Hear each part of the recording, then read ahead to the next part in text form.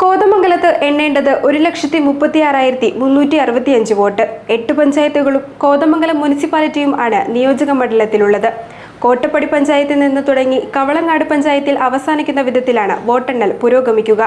ഒരു റൗണ്ടിൽ 14 ബൂത്തുകൾ വീതം എണ്ണും.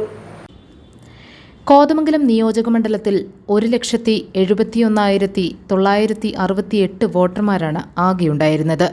ഇതിലാണ് 1,36,365 പേർ വോട്ട് ചെയ്തത്. 80% പോളിംഗ് രേഖപ്പെടുത്തിയത്. 67,134 പുരുഷന്മാരും 69,231 സ്ത്രീകളുമാണ് വോട്ട് ചെയ്തത്. നെല്ലിക്കുഴി പഞ്ചായത്തിലാണ് ഏറ്റവും കൂടുതൽ വോട്ടുകളുള്ളത്. ഇവിടെ 28,050 പേർ വോട്ട് ചെയ്തു.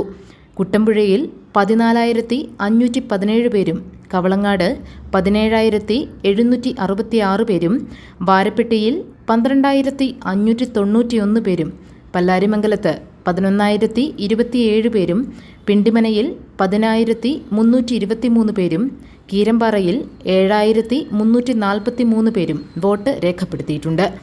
കോതമംഗലം മുനിസിപ്പാലിറ്റിയിലെ 23,463 പേർ സമ്മതിദാനാവകാശം വിനിയോഗിച്ചു. 14 ബൂത്തുകൾ വീതമുള്ള റൗണ്ടുകളായാണ് വോട്ടെണ്ണൽ ക്രമീകരിച്ചിട്ടുള്ളത്. കോതമംഗലത്ത് 14ാമത്തെ റൗണ്ടിൽ മുഴുവൻ വോട്ടുകളും എണ്ണിത്തീരും. തടസ്സങ്ങളോ തർക്കങ്ങളോ ഇല്ലാതെ സുഗമമായി നടന്നാൽ ഉച്ചയോടെ വോട്ടെണ്ണൽ പൂർത്തിയാകും. ആദ്യം എണ്ണുന്നത് കോട്ടപ്പടി പഞ്ചായത്തിലെ ബൂത്തുകളാണ്.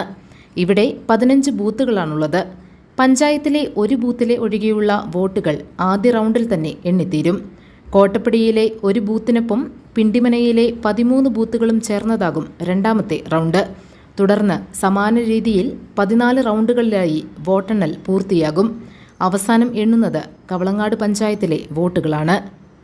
GTV news, Kothamangalam.